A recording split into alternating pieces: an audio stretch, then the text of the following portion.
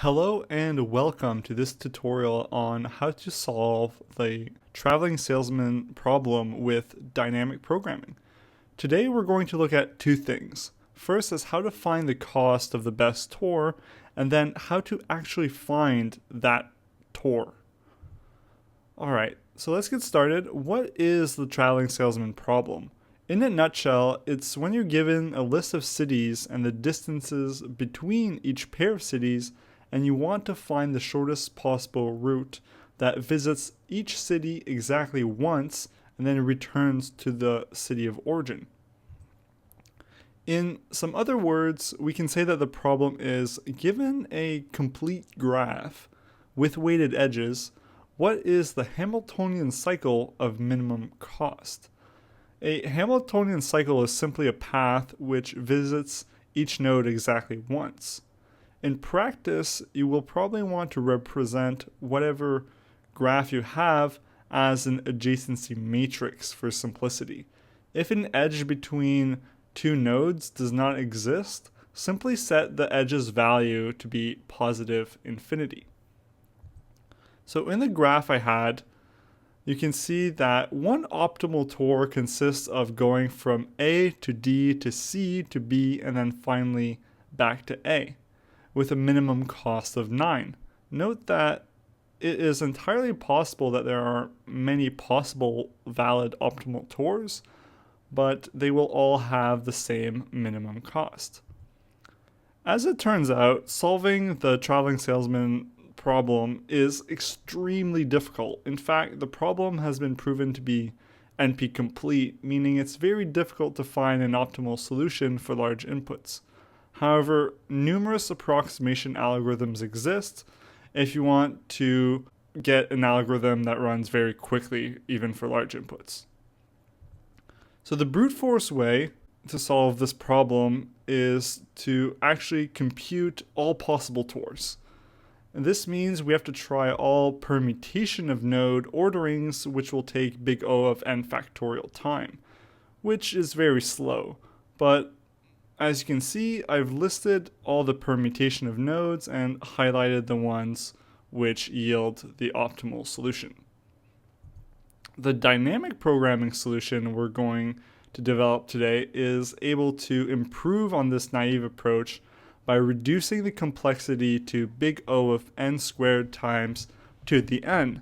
At first glance, this may not seem like a substantial improvement. However, it now makes graphs with roughly 23 nodes, give or take, feasible for modern home computers. Here's a table of n factorial versus n squared to the n. At first, you notice that n factorial is optimal for small numbers, but this quickly changes favor to n squared to the n, which can give a significant improvement over n factorial. You can already see that how large the numbers get for n factorial when we hit n equals 15 versus the n squared to the n. Alright, time to talk about how to solve this problem using dynamic programming. The main idea is going to be to compute the optimal solution for paths of length n. We will have to reuse information from paths of length n minus 1. But before we get started, there's some setup information we need to talk about. The first thing we're going to need to do is pick a starting node S. It doesn't matter which node is picked, just make sure that this node's index is between 0 and n non-inclusive. Suppose we have this graph with 4 nodes and we choose our starting node to be node 0. The next thing we need to do is store the optimal value from S, the starting node, to every other node. This will solve the traveling salesman problem for all paths with exactly 2 nodes. The optimal value for paths with 2 nodes is given in the input through the adjacency matrix, and this is all the setup we need to do.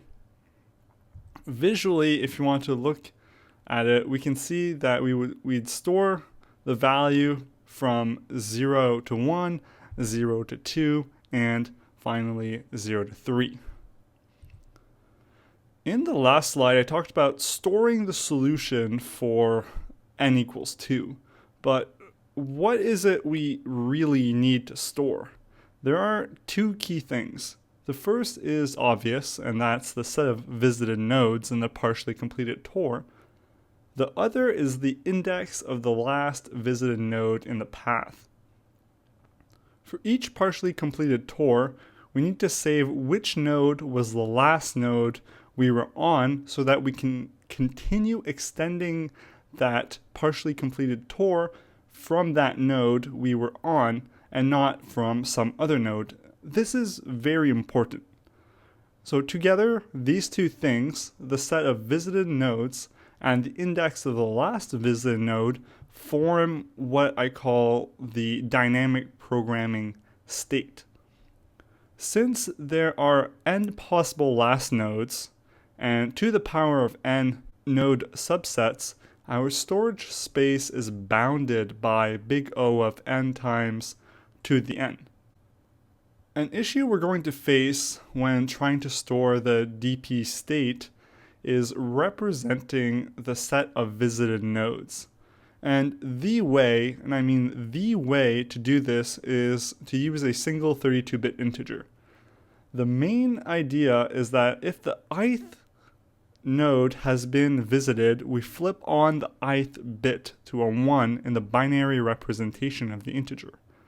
The advantage to this representation is that a 32-bit integer is compact, quick, and allows for easy caching in a memo table. For example, on the leftmost graph, we have visited the 0th and 1st nodes, so the binary representation is 0011 if the least significant bit is on the right. Similarly, the binary representation of the middle graph is 1001, or just the number 9 in decimal, since nodes 0 and 3 have been visited. Now, suppose we're trying to expand on our previous state. One particular instance of a two-node partial tour is shown below. What we want to do from our last node, which in this graph is node 3, is expand to visit all other unvisited nodes.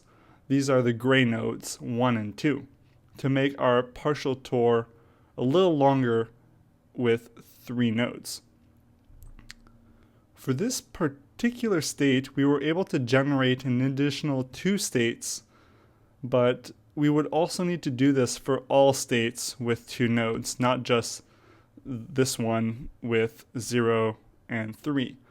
In total, this process would result in 6 new states for partial tours with 3 nodes. This process continues with gradually longer and longer paths until all paths are of length n. The last thing we need to do to wrap up the traveling salesman problem is to reconnect the tour to the designated starting node S. To do this, loop over the end state in the memo table for all possible end positions, excluding the start node, and minimize the lookup value plus the cost of going back to S. Note that the end state is the one where the binary representation is composed of all ones, meaning each node has been visited. It's finally time to look at some pseudocode for the traveling salesman problem. Just a heads up to everyone who's still a beginner, the following slides make use of advanced bit manipulation techniques, so make sure you're comfortable with how binary shifts, ands, ors, and XORs work. Here's the function that solves the traveling salesman problem. It takes 2 inputs. The first is M, a 2-dimensional adjacency matrix representing the input graph, and S, the index of the starting node. The first thing we do is get the size of the matrix and store it in a variable called n, which tells us how many nodes there are. Then we initialize the 2-dimensional memo table. The table should have size n by to the power of n. I recommend filling the table with null values so that programmatic errors throw runtime exceptions. Then we're going to call 4 functions: setup, solve, find min, cost, and find optimal tor. Let's begin by looking at what happens inside the setup method. The setup method is very easy. It simply does what I illustrated a few slides ago by storing the optimal value from the start node to every other node. You loop through each node, skipping over the start node, and then you cache the optimal value from S to I, which can be found in the distance matrix. The DP state you store is the n node as I and the mask with bits S and I set to 1, hence the double bit shift. Visually, the green node is the start node and the orange node is node I, which changes with every iteration. You notice now that the orange node is never on top of the green node, which is why I had a continue statement to skip that case. Now let's look at how the solve method works. The solve method is by far the most complicated, but I've broken it down to be easy to understand. The first line in the method loops over r equals 3 up to n inclusive. Think of r as the number of nodes in a partial tor, so we're increasing this number one at a time. The next line says for subset in combinations. The combinations function generates all bit sets of size n with exactly r bits set to 1. For example, as seen in the comments, when calling the combinations function with r equals 3 and n equals 4, we get 4 different bit sets, each distinct and with 3 ones turned on. These are meant to represent a subset of visited nodes. Moving on, notice that I enforce the node S to be part of the generated subset. Otherwise, the subset of nodes is not valid since it could not have started at our designated starting node. Notice that this if statement calls the not in function defined at the bottom of this slide. All it does is it checks if the ith bit in the subset is a 0. Then we loop over a variable called next, which represents the index of the next node. The next node must be part of the current subset. This may sound strange, but know that the subset variable generated by the combinations function has a bit which is meant for the next node. This is why the variable state on the next line represents the subset excluding the next node. This is so we can look up in our memo table to figure out what the best partial tor value is when the next node was not yet in the subset. Being able to look back and reuse parts of other partially completed tors is essential to the dynamic programming aspect of this algorithm. The following variable to consider is E, short for end node, because I ran out of room. This variable is quite important because while the next node is temporarily fixed in the scope of the inner loop, we try all possible end nodes of the current subset and try to see which end node best optimizes this partial tor. Of course, the end node cannot be any of the start node, the next node, or not be part of the current subset that we're considering. So we skip all those possibilities. So we compute the new distance and compare it to the minimum distance. If the new distance is better than the minimum distance, then we update the best minimum distance. Afterwards, once we've considered all possible end nodes, to connect to the next node, we store the best partial tour in the memo table, and this concludes the solve method. The only unanswered question in this slide is how the combinations method works. Now, I do not mean to leave this unanswered, so let's see how this gets done. This method is actually far simpler than you might imagine for what it does. What the first combinations method does is it fills up the subsets array using the second combinations method, and then it returns that result. So what does the second combinations method do? I already covered this in more detail in my tutorial backtracking the Powerset if you want more detail, but I'll give you a quick rundown of what this recursive method does. Basically, starting with the empty set, which is 0, you want to set r out of n bits to be 1 for all possible combinations.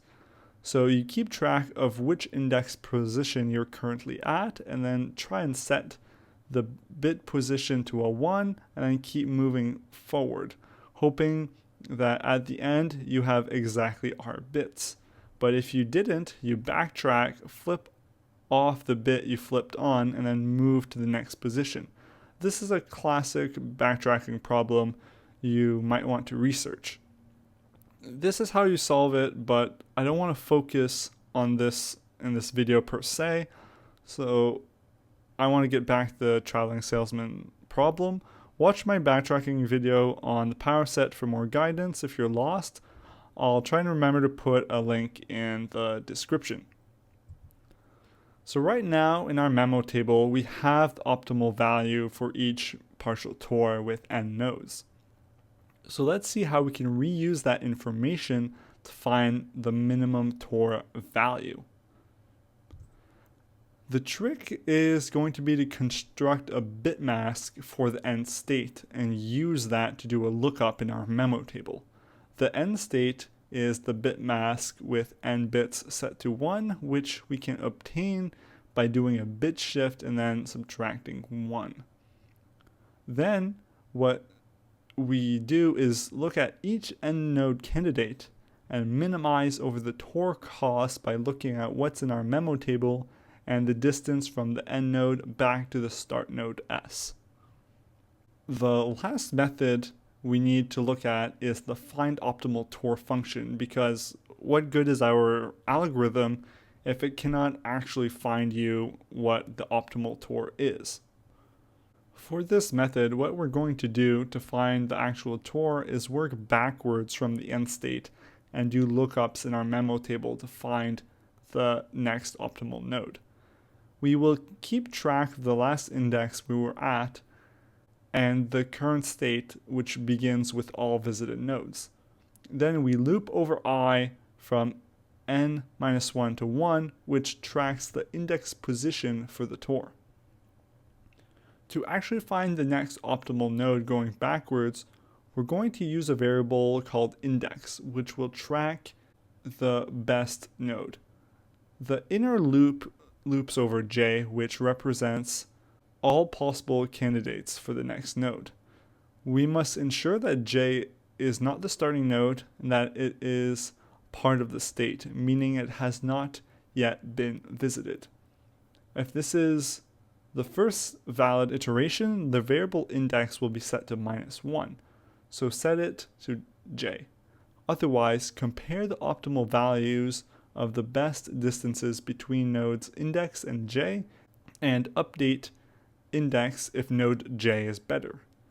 Once the optimal index is found, store that as part of the tour and flip off the bit in the state which represents the index node.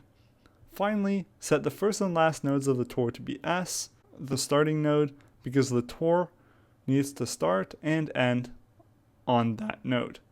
Then simply return the tour. And that is how you solve the traveling salesman problem with dynamic programming. Of course, I might have accidentally fudged a detail or two unintentionally in the pseudocode, but there's no getting around that in the true source code. So catch me in the next video for complete code implementation of the traveling salesman problem. If you're eager to see an implementation, check out my GitHub repo at github.com/williamfize/algorithms under the graph theory or dynamic programming section. Thank you for watching. I hope you enjoyed this video and learned something. Give it a thumbs up and subscribe for more mathematics and computer science videos. Thank you.